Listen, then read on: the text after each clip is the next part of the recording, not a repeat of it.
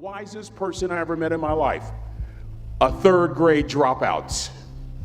Wisest and dropout in the same sentence is rather oxymoronic, like jumbo shrimp.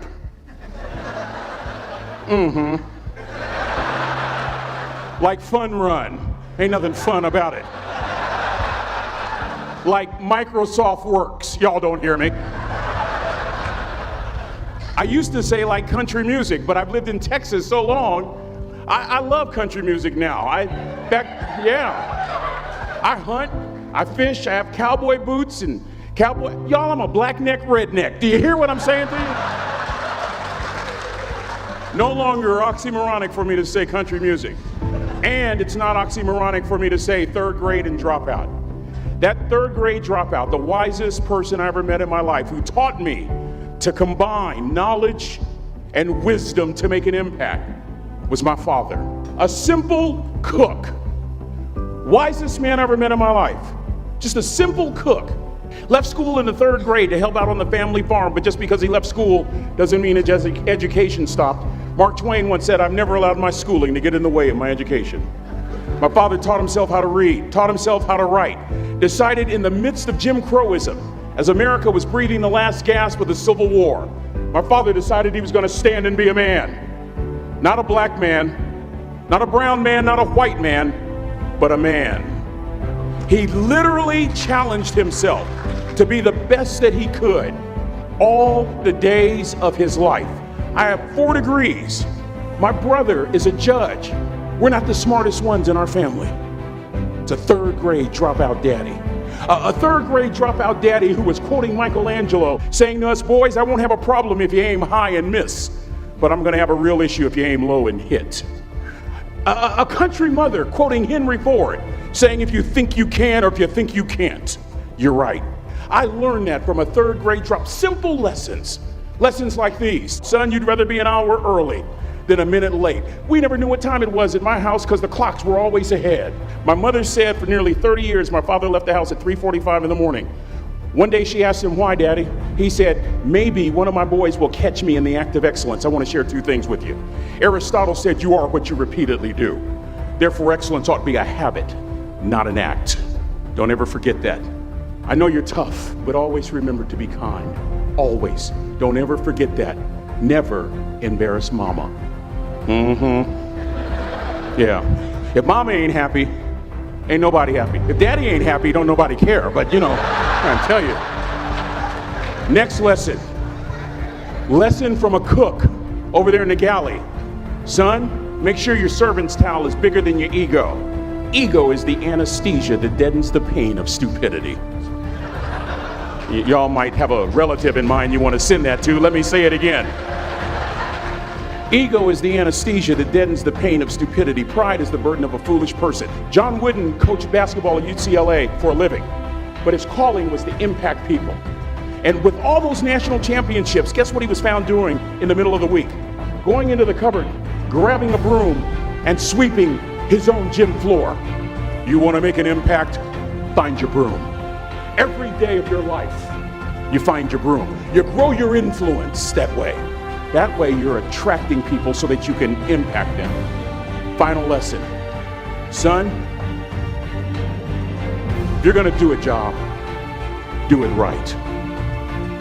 I've always been told how average I can be. Always been criticized about being average. But I want to tell you something. I stand here before you, before all of these people, not listening to those words, but telling myself every single day to shoot for the stars, to be the best that I can be. Good enough isn't good enough if it can be better, and better isn't good enough if it can be best. Let me close with a very personal story that I think will bring all this into focus. Wisdom will come to you in the unlikeliest of sources, a lot of times through failure. When you hit rock bottom, remember this. While you're struggling, rock bottom can also be a great foundation on which to build and on which to grow. I'm not worried that you'll be successful. I'm worried that you won't fail from time to time.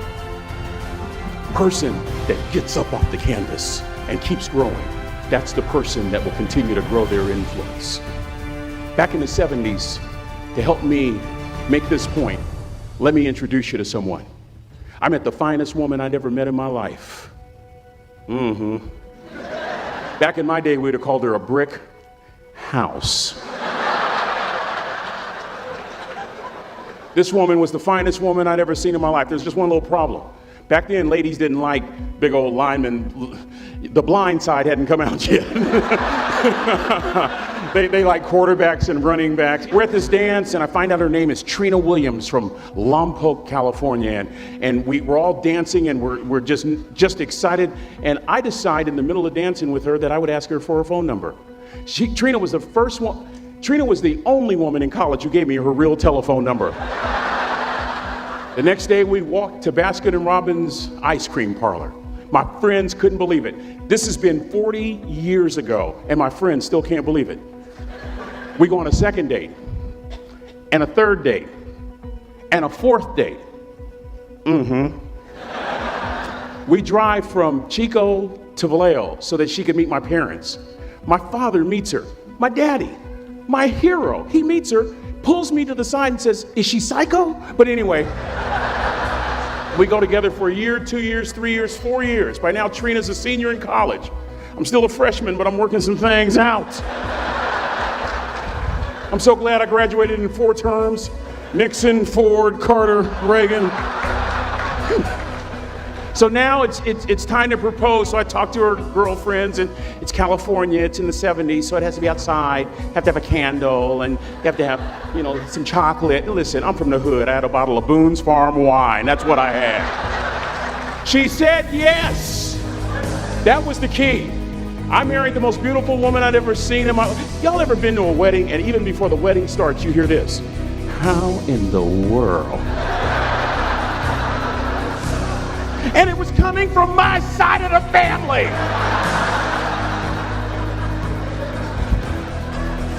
We get married, we have a few children, our lives are great. One day, Trina finds a lump in her left breast. Breast cancer. 6 years after that diagnosis, me and my 2 little boys walked up to Mommy's casket. And for 2 years, my heart didn't beat. If it wasn't for my faith in God, I wouldn't be standing here today. If it wasn't for those 2 little boys, there would have been no reason for which to go on.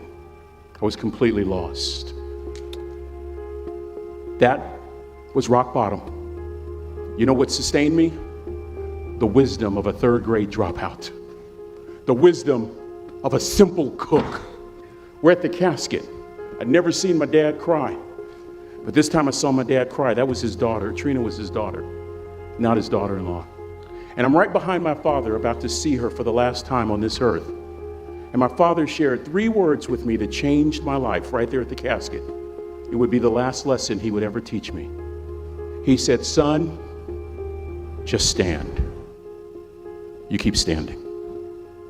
You keep standing, no matter how rough the sea, you keep standing." And I'm not talking about just water. You keep standing. No matter what, you don't give up. And as clearly as I'm talking to you today, these were some of her last words to me. She looked me in the eye and she said, "It doesn't matter to me any longer how long I live. What matters to me most is how I live." I ask y'all one question, a question that I was asked all my life by a 3rd grade dropout. How you living? How you living? Every day, ask yourself that question, how you living? Here's what a cook would suggest you to live this way. That you would not judge, that you would show up early, that you'd be kind, that you'd make sure that that servant's towel is huge and used, that if you're gonna do something, you do it the right way. That cook would tell you this, that it's never wrong to do the right thing, that how you do anything is how you do everything. And in that way, you will grow your influence to make an impact. In that way, you will honor all those who have gone before you, who have invested in you. Look in those unlikeliest places for wisdom. Enhance your life every day by seeking that wisdom and asking yourself every night, how am I living? May God richly bless y'all. Thank you for having me here.